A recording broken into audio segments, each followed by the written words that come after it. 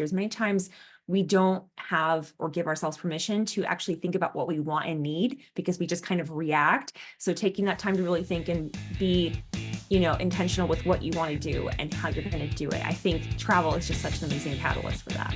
Welcome to the Teacher Money Show, the podcast dedicated to helping teachers navigate your unique financial challenges and unlock your financial superpowers.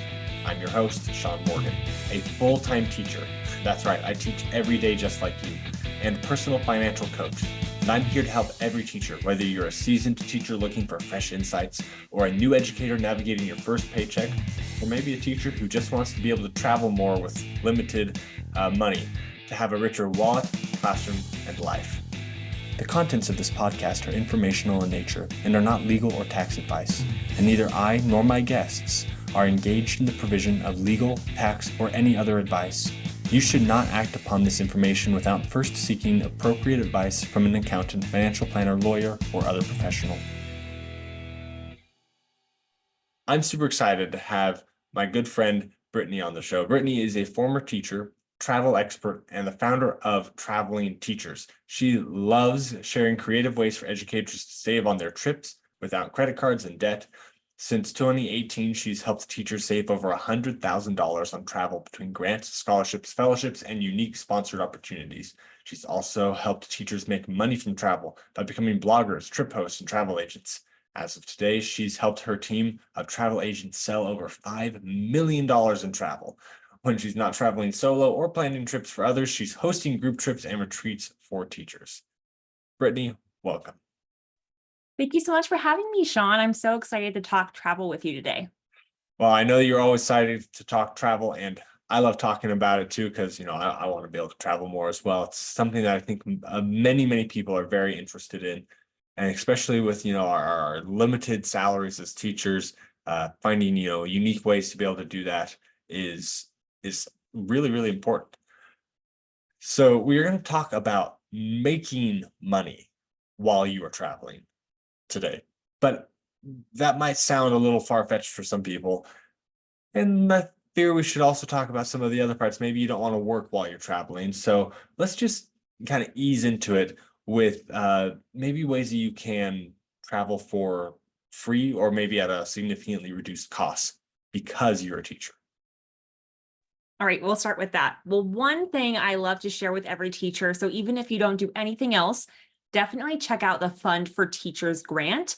You can get up to $5,000 per person or $10,000 per team, which is really amazing. I've helped several teachers get this grant. And I don't want to say that it's easy because it's a lot of work, just like how you would spend money or spend time to save money up for a trip. You're spending that time putting together your grant proposal, doing a little bit of research into what they're looking for. So it's definitely work, but if you're willing to put in the work, you can definitely get rewards. And it's so rewarding to me when I see that a teacher has won that kind of grant, because $5,000, you can do a lot with that. I usually am much more of a budget traveler, but I've seen teachers take amazing island hopping trips through Hawaii, go and explore archaeological sites in Italy. There's so much you can do with that. There's also different fellowship programs. So usually there's three things you want to start with if you're looking to save money and not make money yet.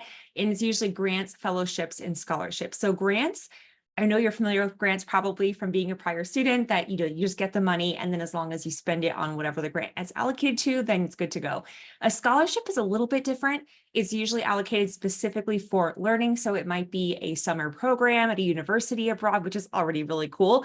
I've actually seen a really cool one at the University of Galway in Ireland for people who want to speak the Irish language. So you can go spend 9 weeks there and get it paid for, which is really cool. And you get to spend time in this beautiful Dingle Peninsula. So definitely worth looking into. So there's all kinds of different opportunities like that.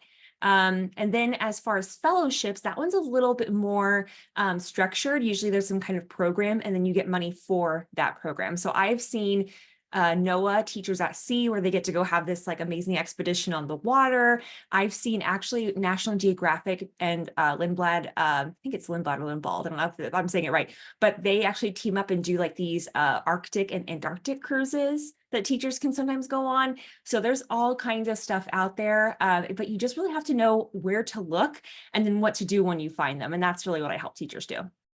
Yeah, that's awesome. So, I mean, there are people who have put together these funds to give to teachers to be able to go travel somewhere to further your experience, so that way you can teach better, basically.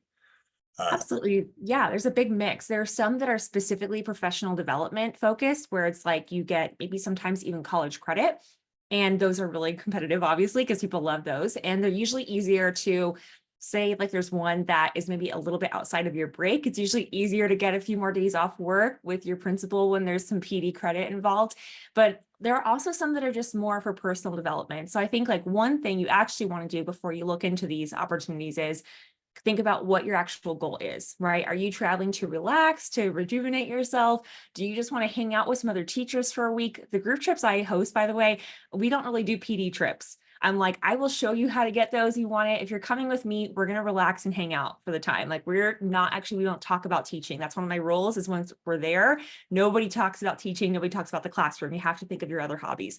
But if you're into like looking for opportunities specifically as a teacher, there are so many out there. And sometimes you can even go apply to other grants that aren't maybe specifically for teachers, but they're for individuals. And you can just tailor your application to whatever they're looking for. So really it's a skill, right? Like writing grants, applying to grants. If you've ever done Donors Choose, or if you use Grantable for your own classroom, then you've already been doing the work. You're halfway there. You just need to figure out how to tailor it a little bit for travel. That's awesome. What's like I see you mentioned the speaking Irish, the Irish language scholarship. You mentioned one grant. Are there just any other like cool ones you want to tell people about that someone might be interested in that might, catch someone's fancy? Yeah, so I would say definitely Fulbright, Fulbright. They have all kinds of opportunities for teachers. You just put Fulbright teachers, you'll find all kinds of things. They have short term where it's like 6 to 8 weeks over the summer or over a semester. You could do an exchange, another teacher in another country, which is really fun if your school allows that.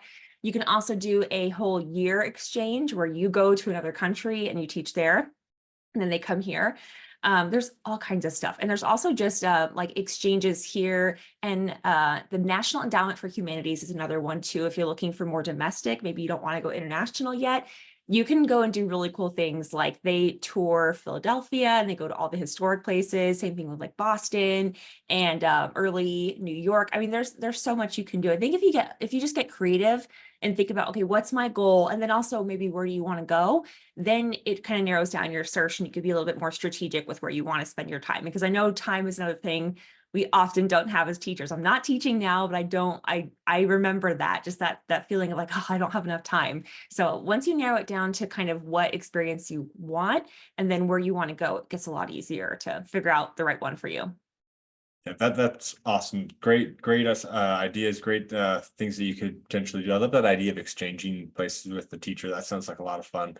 And I was looking at your website because why not? Interested in travel, and you mentioned that there's even opportunities like if you have dependents that some of these programs will give stipends because you have a dependent with you. Like it doesn't just have to be a single person that's doing this. So I don't want anyone who has a family maybe to just write this off as being not possible for you to be able to do these things. Just look into different opportunities, different options out there. I think that's really important thing to note.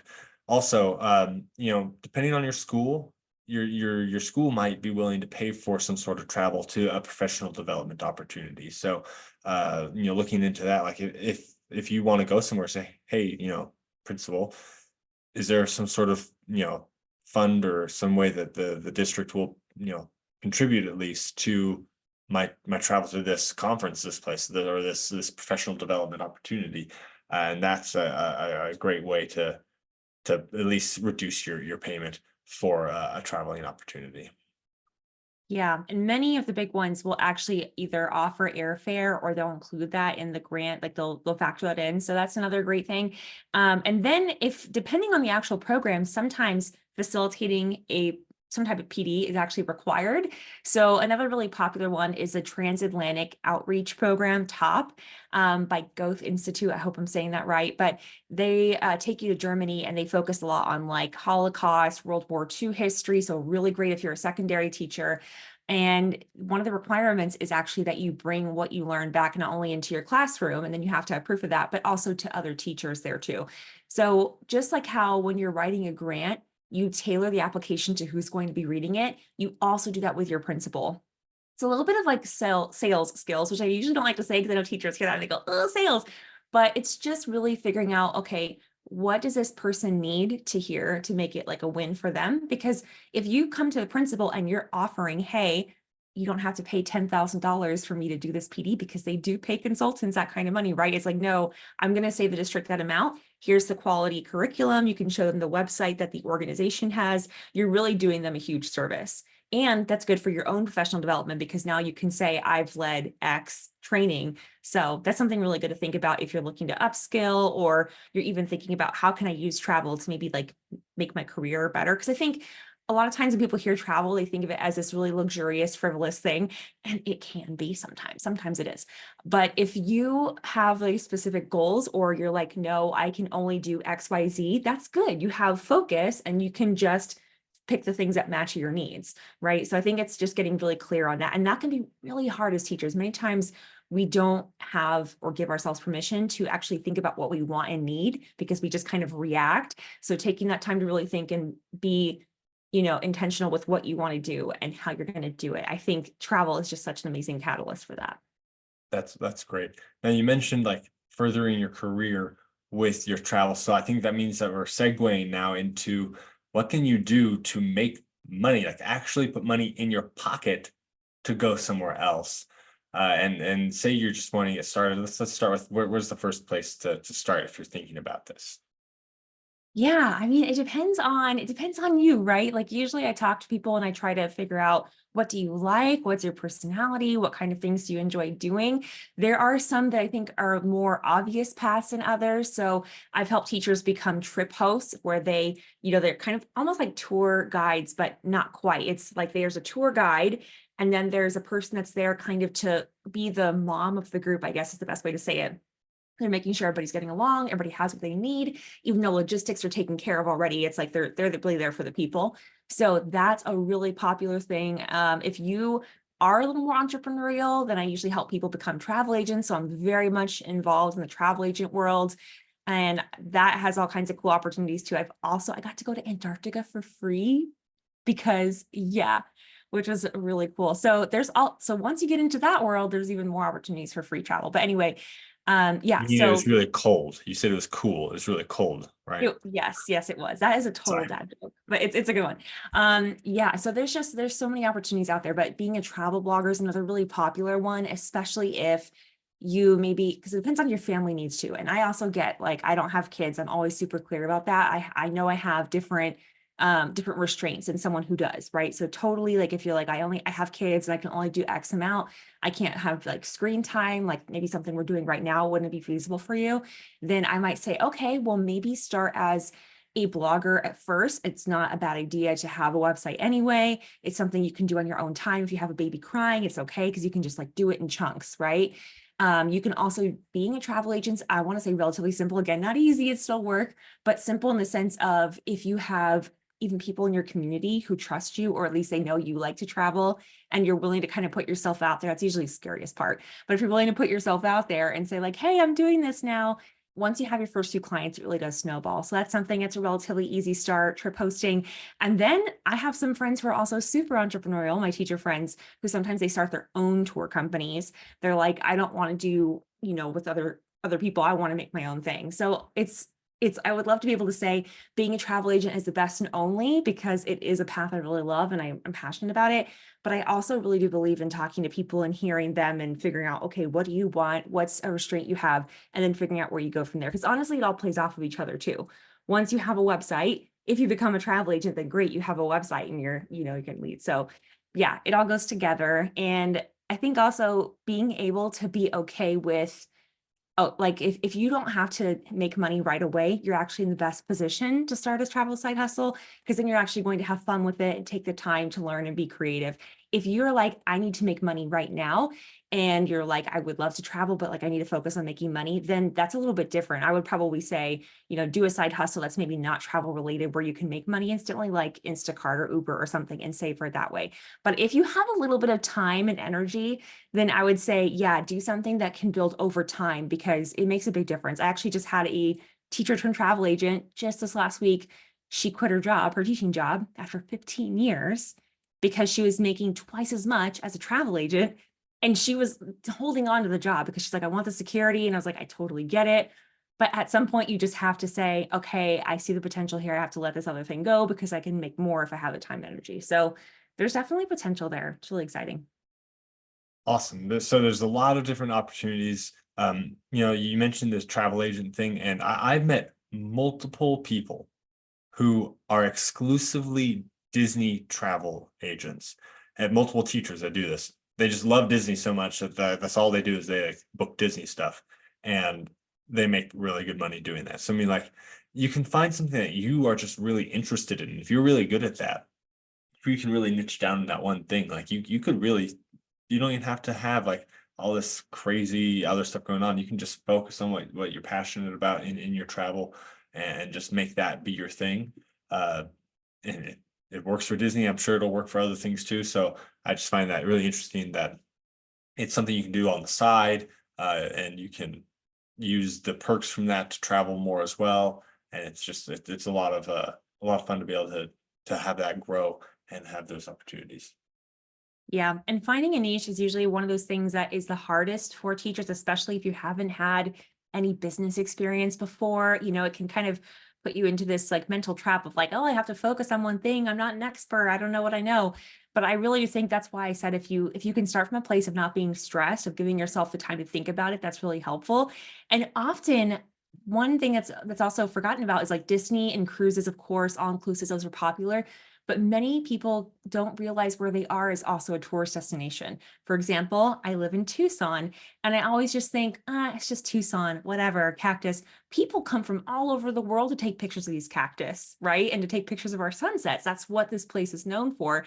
So I've actually been creating a lot of Tucson specific content for my travel stuff, also because I want to be an example to the travel agents and show them how to do these things. But Tucson specific content because I'm like, oh yeah, of course people come here. So that can be really helpful. So it doesn't always have to be something super fancy. I know that I've talked to a lot of would-be travel agents that are teachers, and they usually say like, well, I don't, I haven't gone abroad. I haven't done all these things I would like to. And this can be a way to do that because you start with what you know.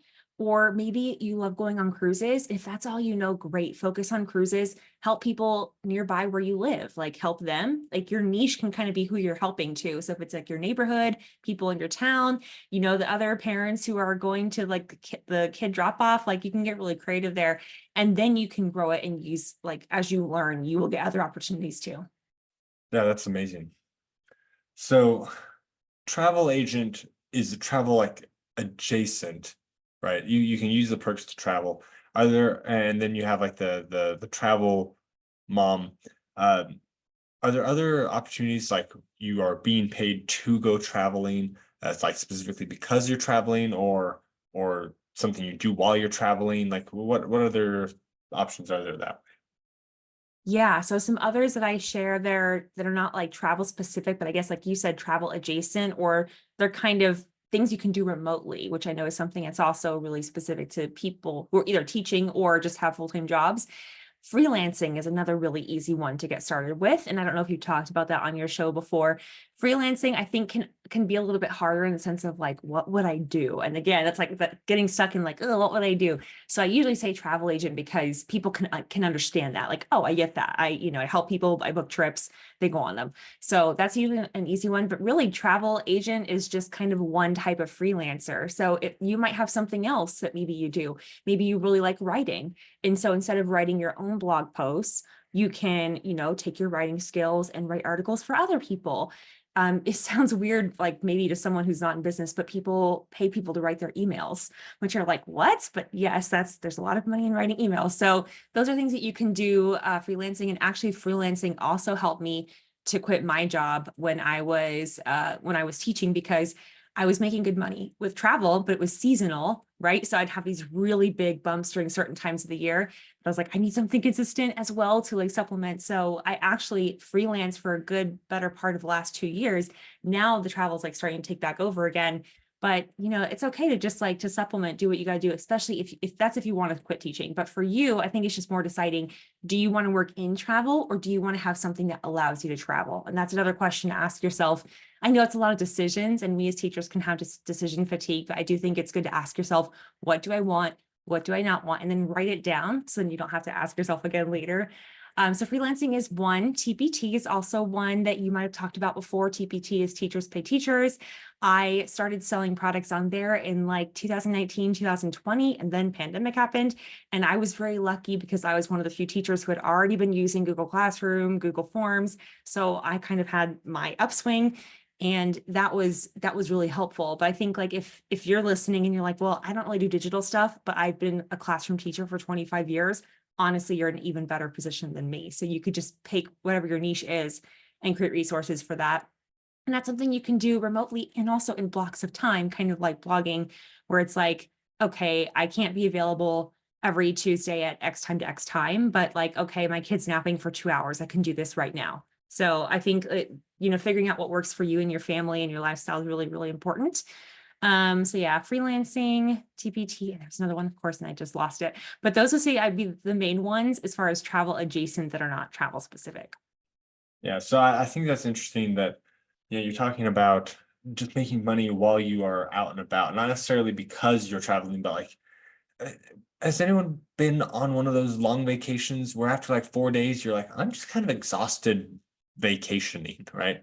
Like there's just so much happening. You kind of want to sit there, right? So if you're going to be traveling for a long time, say you have like a month, of traveling going on, having something that like productive you can do sitting down in a quiet space where you're not walking around a museum or trying to figure out the bus system somewhere or whatever thing is stressing you out while you're on your vacation can actually be a really good way to ground yourself in the middle of vacation. And if you're making money while you're doing it, it'll allow you to keep your vacation going, keep your travel going. So we've got these 2 months of vacation time for teachers. I know that, there's a lot you can do during those 2 months for your teaching job.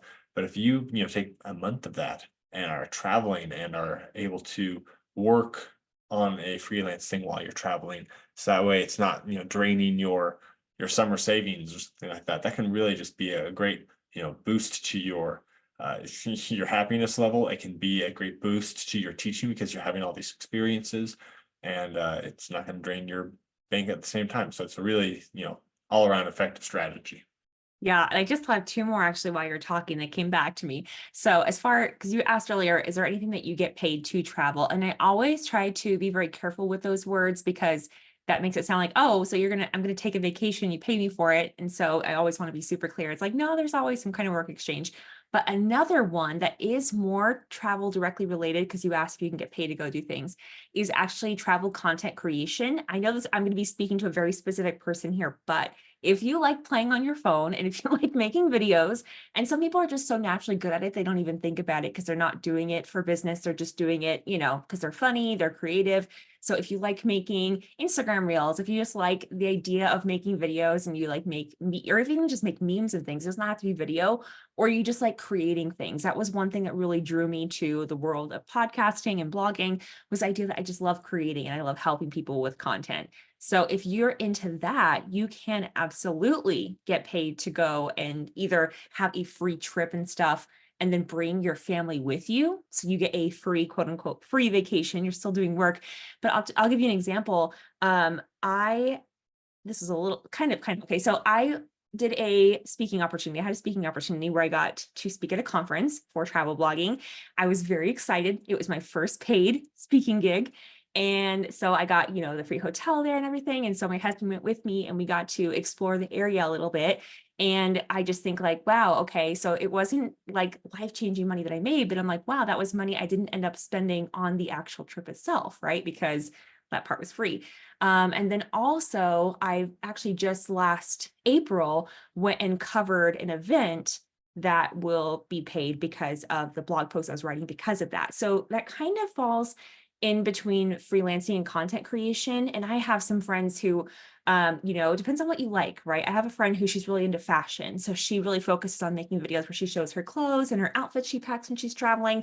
So everybody kind of has their own thing. So content creation is one. If you're hearing this and you're like, well, I am not that person. I do not want to record myself. I do not like being on camera. Then another really good one is seasonal jobs. So actually through my 20s, and I know this won't be for everyone either, everybody has to figure out what they like, but I actually got to live in Hawaii for 2 months at a summer camp because I went and worked there. I worked at summer camps in California, near the Bay Area, near Palm Springs, Northern Arizona. So, actually, I worked at a flower farm in Virginia too, random. So yeah, I've been able to go to all these cool places because I took seasonal jobs to get there. And that's just like scratching the surface. That's really its own thing. But as a teacher, you could definitely go during the summer and explore those national parks, state parks, all kinds of stuff you can do there. Yeah, there's lots of touring and things like that happening during the summer. So, like, say you're a history teacher and you know the history of a place, go be a tour guide at that place that you're really interested in and be able to explore that. That's an opportunity. And then I love how you pointed out content creation. It's amazing what benefits you get if you have a business. Now, keep in mind that you need to talk to your lawyer and your accountant and yada yada yada, all that stuff. Don't listen to me because I'm not technically your lawyer or your accountant. But if you have a content creation business where you are creating content for people as like a freelance content creator, and you bring your family with you to a beautiful destination, and then you include them in the videos as models, because you paid to bring your models out to a location for shooting, that whole trip is now tax write-off because that was a business trip, right? So, once again, ask your CPA, but I'm just pointing out that there are ways to take the business side of what you're doing. And even if, once again, you're not doing it absolutely free, you might be able to reduce the cost by, reducing your taxable income in that case, or, being able to reduce the amount that you pay because somebody is, paying you to go out somewhere. So, I mean, if you're taking your family, but you're free, right? You're not paying for yourself to go there. There's just lots of ways to reduce the amount that you're paying for travel. Even if you're not getting it completely free, you're still able to get out there and make that a less of a burden on your income. Yes. And with that, now I don't have kids and I'm also not a lawyer and I'm also not an accountant, all disclaimers. But one thing I've also seen my friends with kids do is hire their kids as employees. And then there's a certain amount that they can make each year. I don't know what the amount is off the top of my head. Maybe there's a certain amount they can make each year that is also, I want to say, tax deductible on their business income. So it's like there are people out here who have really gotten it down. And so I'm looking forward to the day when I have little employees that I can also hire. And it's also good skills for them, right? Like there are so many things kids can do. We all know kids are brilliant, right? As teachers and former teachers. Actually, when I was teaching, I had a little young entrepreneurs club and I had kids designing graphics in Canva. I had kids like creating and selling bracelets and like coming up with fun ideas. So you just never know what they're going to come up with. And you could have them do things that maybe you're like, this is really technical and they can figure it out in 2 minutes. Actually, they could probably post your TikToks and your Instagram reels for you. So that's one thing. They could be your little social media managers. That's awesome. We had a whole episode talking about using your children in your business to incorporating them as like a part business owner with you, and the benefits to taxes. I did that whole episode with Erica Terry. And if you want to find that episode, you can go to our notes on teachermoneyshow.com/podcast. You'll find all of our show notes at teachermoneyshow.com/podcast. And I'll link specifically to that episode in this episode's show notes if you want to try and daisy chain over there and learn all about how you can include your children in your business and save money on taxes, give them a little bit of money for their own to spend, and teach them amazing skills at the same time. All right, so teachers are busy, as we've already figured this out. You were a teacher for a while you were doing this, and you interact with teachers all the time who are starting out and they're still teaching while doing this. What have you seen work for people as they're trying to balance travel side hustles, growing a business maybe, and teaching full time?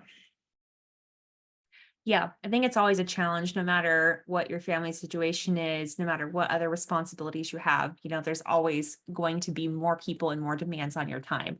So I think part of that is just setting really strong boundaries and also enforcing them yourself.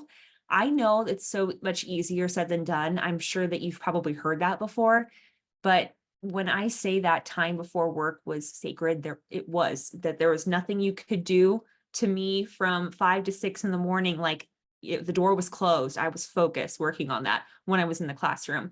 And also Saturday mornings. Saturday mornings, I think I got even better work done because I just put aside a block, usually from 8 a.m. to 12 or 1 p.m.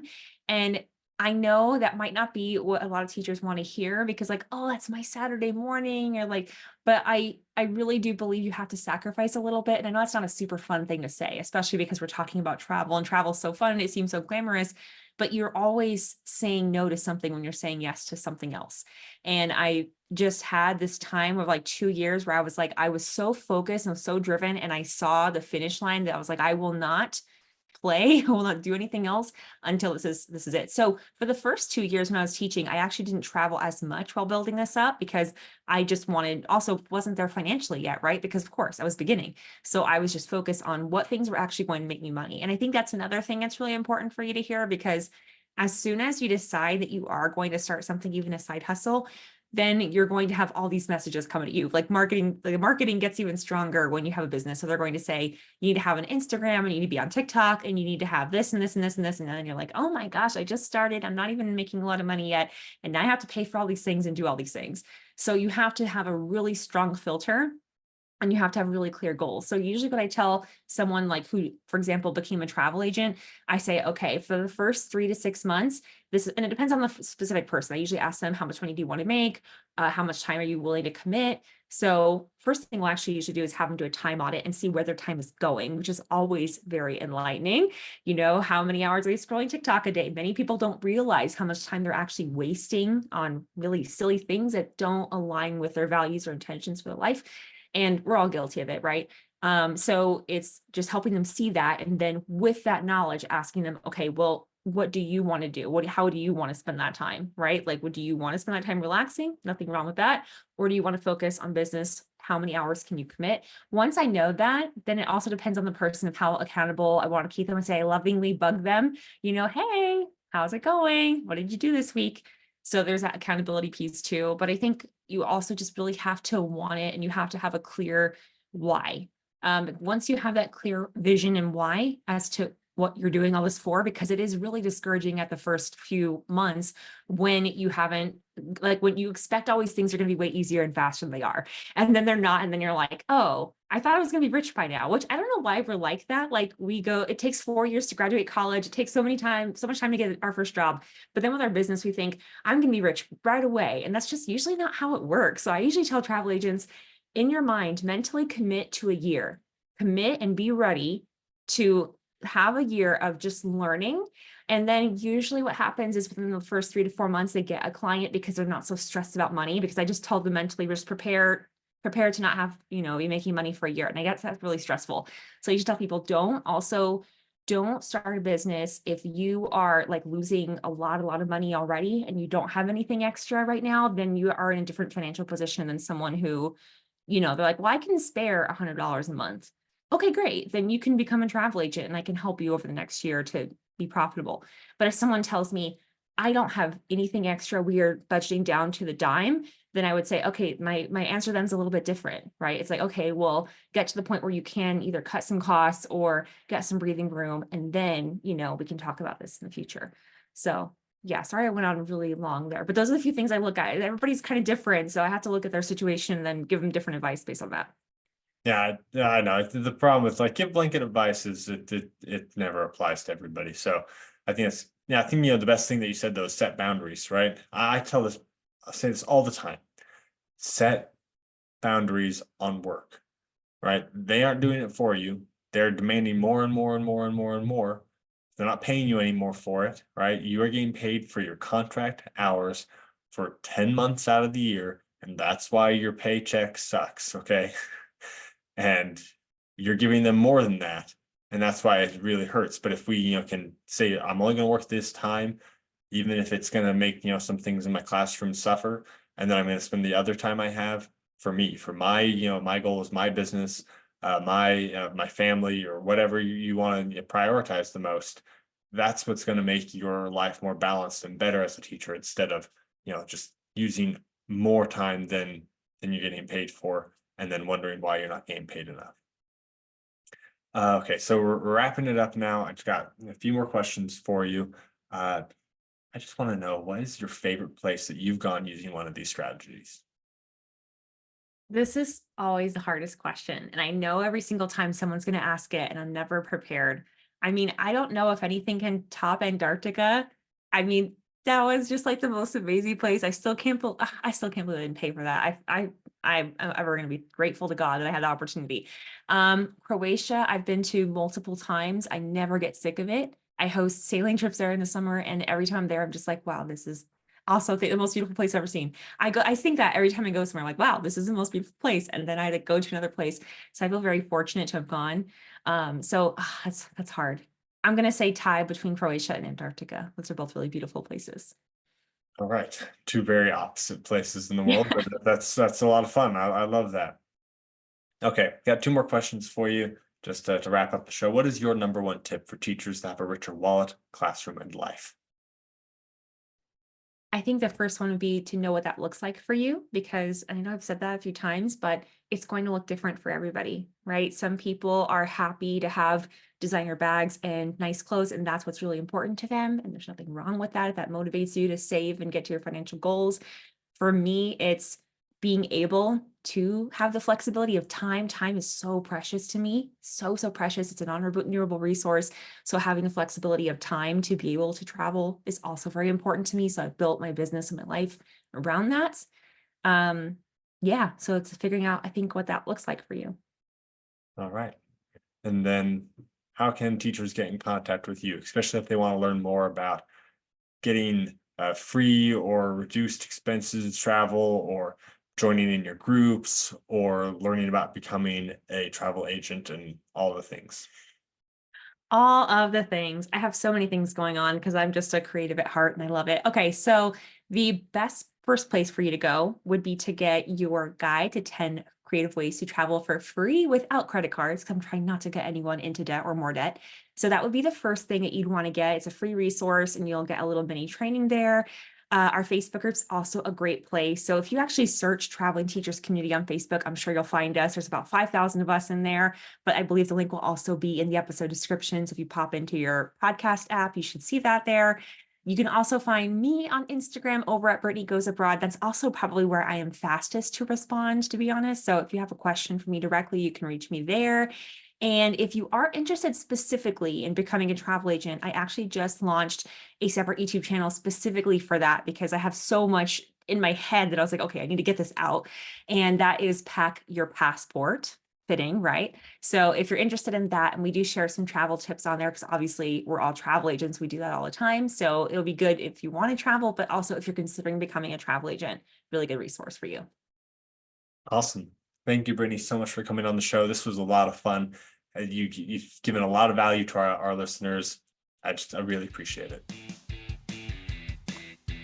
Of course, thank you so much for having me. Are you worried you won't have enough money to retire? Or maybe you just don't know how you're going to get out of all of this debt? Whatever your situation is, I can help you.